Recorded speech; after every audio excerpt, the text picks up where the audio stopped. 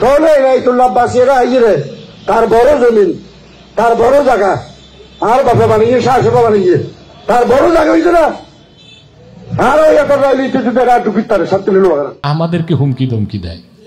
দক্ষিণ চট্টগ্রামকে ওর বাবার তালুক নাকি? যাকে খুশি ঢুকতে দিবে, ডাকে খুশি ঢুকতে দিবে না। সে নিজেই তার কাপড় চোপড় নিয়ে দক্ষিণ চট্টগ্রাম ঢুকতে পারে কিনা দেখবো আমি ইনশাআল্লাহ। ওর মতো জালেমের মুসলমানদের নেতৃত্ব দেবার কোনো অধিকার না। এই যে সাতকানিয়ার এমপি মৌলভী, আমি নামটা নিলাম না, ও তার নির্বাচনী প্রচারণায় যে আমি থাকি নারায়ণগঞ্জ আর লোহাগাড়া সাতকানিয়া এসে আমার সমালোচনা করে, বুঝলেন? বর্তমান এমপি, বুঝলেন? ওর শুনছি ডক্টর, এটা কিসে যে ডক্টর হয়েছে আল্লাহ ভালো জানে। সংসদে দাঁড়ায় 10 মিনিট বক্তব্য রাখতে পারে না, সে কিসের ডক্টর? একটা দালাল মৌলভী। জাতীয় সংসদে দাঁড়ায় 5-10টা বছর সে এমপি ছিল, ইসলামের পক্ষে, মুসলমানের পক্ষে একটা কথা বলে নাই সে। বিবর্তনবাদের বিপক্ষে, কাফের মোশরিক নাস্তিকদের বিপক্ষে, ইসলাম ও শরিয়া বিরোধী আইনের বিরুদ্ধে একটা বক্তব্য যে মৌলভী দিতে পারে নাই, ওর মতো জালেমের মুসলমানদের নেতৃত্ব দেবার কোনো অধিকার না। বুঝতে পারছেন? বাকি কথা ওকে হিসাব দিতে হবে। ও এমপি হোক আর না হোক, ওকে হিসাব দিতে হবে। ও কারি নিয়ে কথা বলে, ও কি ভাবছে বাংলাদেশে আমি ভেসে আসছি? ওর বাবারে মানুষ চেনে, ওর দাদার নাম কি? হয় ফটিক চান, নয় লাল চান। ওর দাদা রেখে চেনে। আর আমার বাংলাদেশের ইতিহাসটাই শুরু হবে 250 বছর আগ থেকে। শাকারামত জনপুর রহমতুল্লাহ থেকে তার বংশের ধারায় আমি, তার সিলসিলার আমি। আর যদি পিতার দিকে যাই তা আল্লাহর হাবিব নূর নবী মুহাম্মদ সাল্লাল্লাহু আলাইহি সাল্লামের আপন চাচা হযরত আব্বাসের বংশধর আমি। আমার পূর্বপুরুষ 500 বছর দুনিয়াকে শাসন করছে আব্বাসীগণ, খেলাফতে আব্বাসিয়া যার প্রমাণ। অথচ এই রকম ফটিক চানার লাল চানের নাতিপুতিরা আমাদেরকে হুমকি ধমকি দেয়। দক্ষিণ চট্টগ্রামকে ওর বাবার তালুক নাকি? যাকে খুশি ঢুকতে দিবে, ডাকে খুশি ঢুকতে দিবে না। সে নিজেই তার কাপড় চোপড় নিয়ে দক্ষিণ চট্টগ্রাম ঢুকতে পারে কিনা দেখবো আমি ইনশাআল্লাহ। আপনারা বুঝছেন আমি কাকে বলছি? নামে আলেম, এটা ভালো জালেমও হইতে পারেনি। এবং আমি জানি না আজকে লাইভ হচ্ছে কিনা, যদি কোনো চ্যানেল লাইভ করে থাকে আমি দক্ষিণ চট্টগ্রামের মানুষকে বলবো, ইসলাম ও মুসলমানের চরম শত্রু এই মুনাফেকটাকে আপনারা উপযুক্ত শিক্ষা দিবেন আমি আশা করি, এবং তাকে কোনোভাবেই সুযোগ দিবেন না দক্ষিণ চট্টগ্রামের মানুষের লোহাগাড়া সাতকানিয়ার প্রতিনিধিত্ব করার সুযোগ তাকে দিবেন না। নতুবা আমি থাকি নারায়ণগঞ্জে, সে ওখানে সে নির্বাচনের প্রচারণায় আমাকে নিয়ে সমালোচনা করার কে? এই অধিকার তাকে কে দিয়েছে?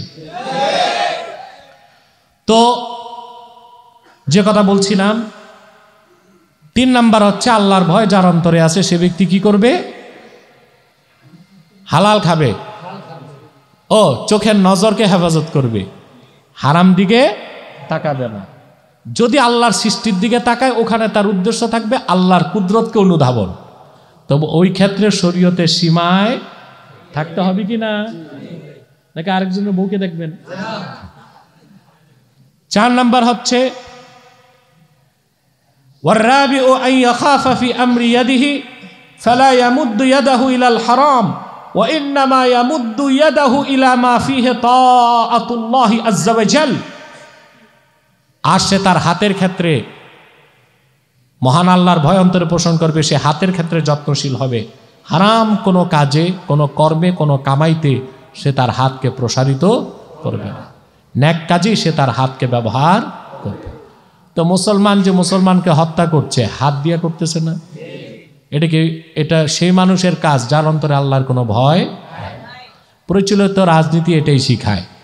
আর কোরআন সুন্নাহর প্রকৃত কোরআন সুন্নাহর রাজনীতি, যেটা ইসলামের রাজনীতি, সেটা মানুষের কল্যাণীতে শিখায় না, কল্যাণ প্রতিষ্ঠা শিখায়। ঠিক কিনা? সেটা আগুন দিতে শিখায় না, আগুন নিবাতে শিখায়। আমি কিন্তু কারো পক্ষ বিপক্ষ নিচ্ছি না, কারণ কোন পক্ষ করতেছে আমরা নিজেরাই জানি না। এক পক্ষ আরেক পক্ষকে দোষারোপ করছে। 5 নাম্বার হচ্ছে আইয়া খাফা ফি আমরি কদামাইহি ফালা ইয়ামশি ফি মাসিয়াতিল্লাহ।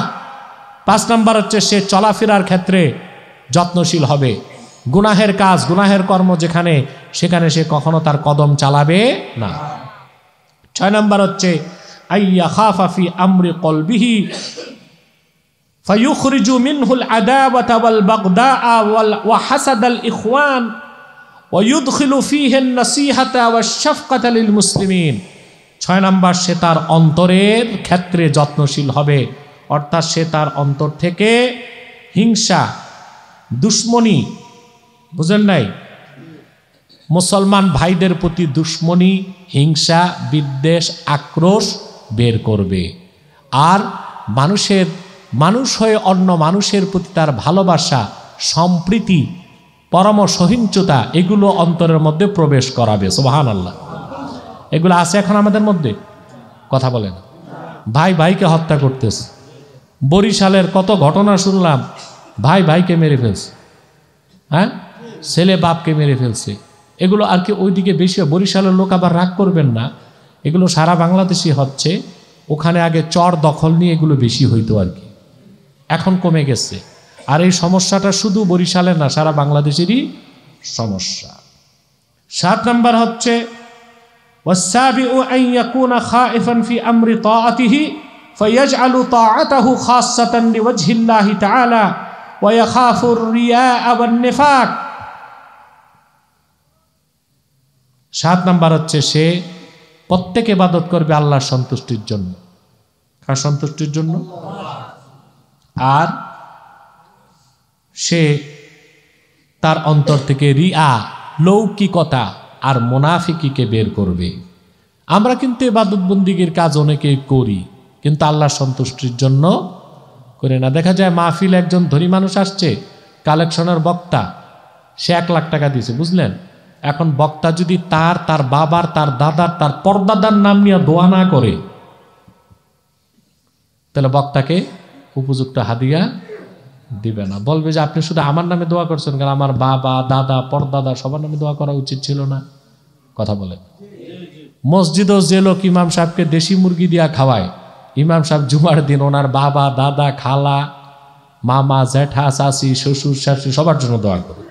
যদি দোয়া না করে তা আরেক সপ্তাহ ইমাম সাহেব আর দেশি মুরগি পাবে না। তাহলে ইমাম সাহেব যে খাওয়াইলো, এটাকে পরকালের সন্তুষ্টির জন্য না তার নামে গীত গাওয়ার জন্য? কথা বলে না, গীত গাওয়ার জন্য।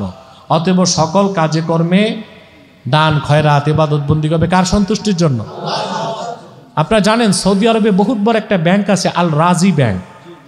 হ্যাঁ, এই আল রাজি ব্যাংকের যিনি চেয়ারম্যান, বুঝলেন, ব্যাংকের সমস্ত টাকা প্রায় 65,000 কোটি রিয়াল তিনি আল্লাহর রাস্তায় দান করে দিয়েছেন। কত টাকা?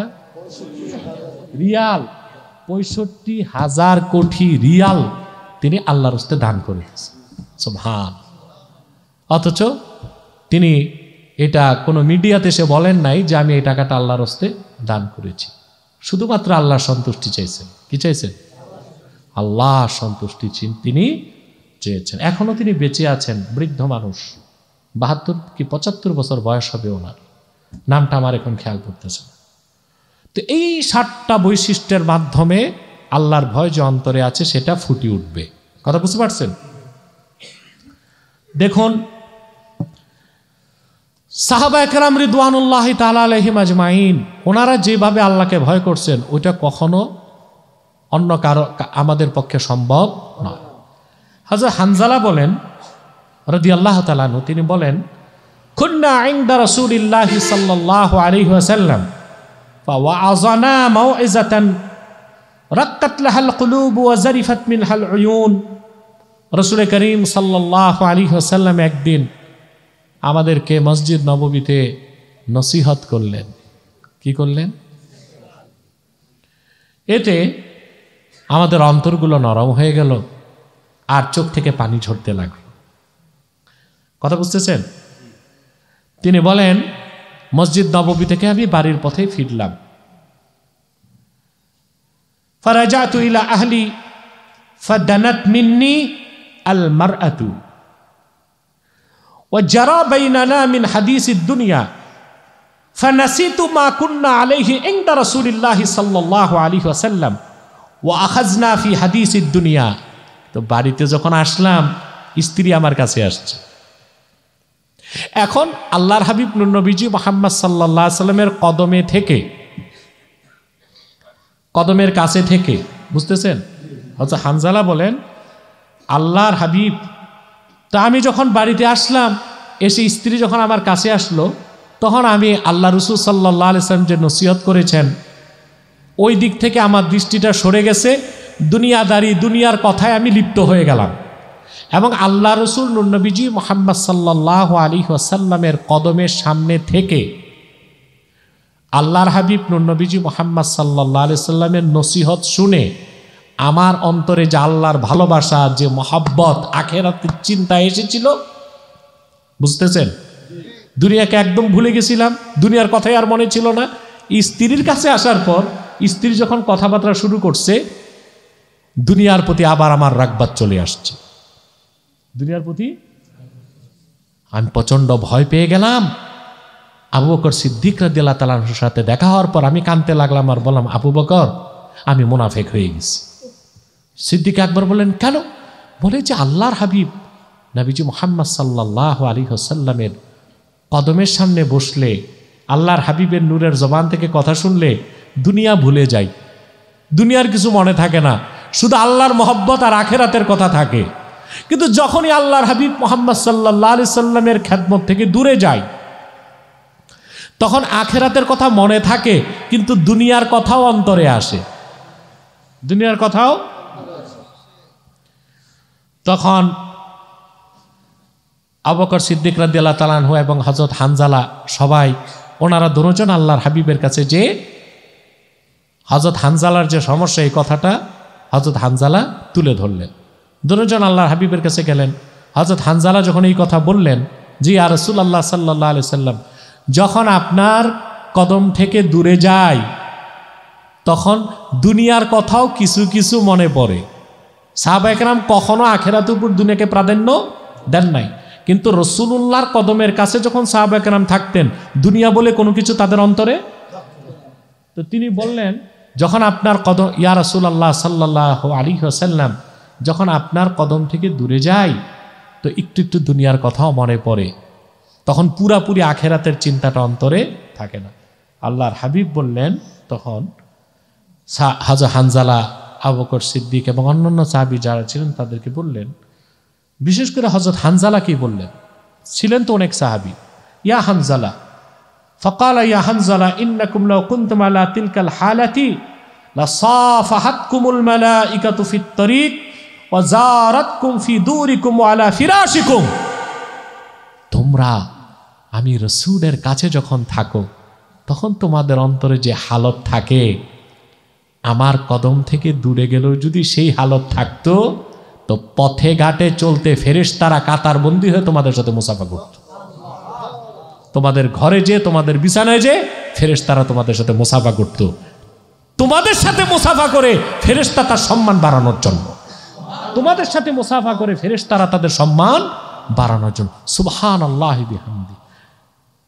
সাহাবায়ে কেরামের অন্তরে আল্লাহ তাআলার খৌফ, পরকালের চিন্তা কত বেশি ছিল। কিন্তু সাহাবায়ে কেরাম রিদওয়ানুল্লাহি তাআলা আলাইহিম আজমাইন, ওনারা দুনিয়াদারি করতেন, প্রয়োজন যতটুক, দুনিয়া ততটুক, এই আলোকে ওনারা দুনিয়াদারি করতেন। কথা বুঝতেছেন? ১৫০০ বছর আগে আল্লাহর হাবিব নূর নবীজি মুহাম্মদ সাল্লাল্লাহু আলাইহি ওয়াসাল্লামের সুমহান সাহাবীগণ দুনিয়াদারি করতেন সুন্নতের অনুসরণে। হযরত সাদ ইবনে আবি ওয়াক্কাস রাদিয়াল্লাহু তাআলা আনহুর বসরাতে আকিক পাথরের প্রাসাদ ছিল। আকিক পাথর চিনছেন? একটা আকিক, আরবের আকিক পাথরের আংটি বানাতে আপনার ৩-৪ হাজার টাকা লাগবে। আর সাদ ইবনে আবি ওয়াক্কাস রাদিয়াল্লাহু তাআলা আনহুর পুরা বাড়িটাই ছিল আকিক পাথরের তৈরি। কোথায়? বসরাতে। বসরাতে। সুবহানাল্লাহ। এদিকে উনি দুনিয়াদার হয়ে গেছিলেন। তাহলে বোঝা যায় সাহাবায়ে কেরামের মধ্যে আমরা দুই ধরনের হালত দেখতে পাই। কিছু সাহাবী তারা কোরআন সুন্নাহর নীতিতে ব্যবসা করেছেন, টাকা পয়সা রোজগার করেছেন, বুঝলেন। আবার কিছু সাহাবী জহদ, দুনিয়াকে একেবারে ত্যাগ করছেন। এর মধ্যে অন্যতম ছিলেন মুসআব ইবনে উমাইর রাদিয়াল্লাহু তাআলা আনহু, হযরত ওসমান গনি, হযরত আবু বকর সিদ্দিক। উনি সব কিছু আল্লাহর দ্বীনের পথে দান করে দিয়েছিলেন। টাইম কত দেখো? 1 ঘন্টা। তোমাদের বলছিলাম 1 ঘন্টা হইলে বলতে, তো তোমাদেরকে বললাম 1 ঘন্টা হইতে বলতে, তোমরা আমাকে বলো না। 1 ঘন্টা হয়ে গেছে, আমার রাডার বলতেছে 1 ঘন্টা হয়েছে। তাহলে আমরা আজকে কি শিখলাম? আমরা প্রতিটি কাজে ও কর্মে আমরা পরকালের ভৌত বিশ্বাস অন্তরে রাখবো। বলেন আল্লাহুম্মা আমিন।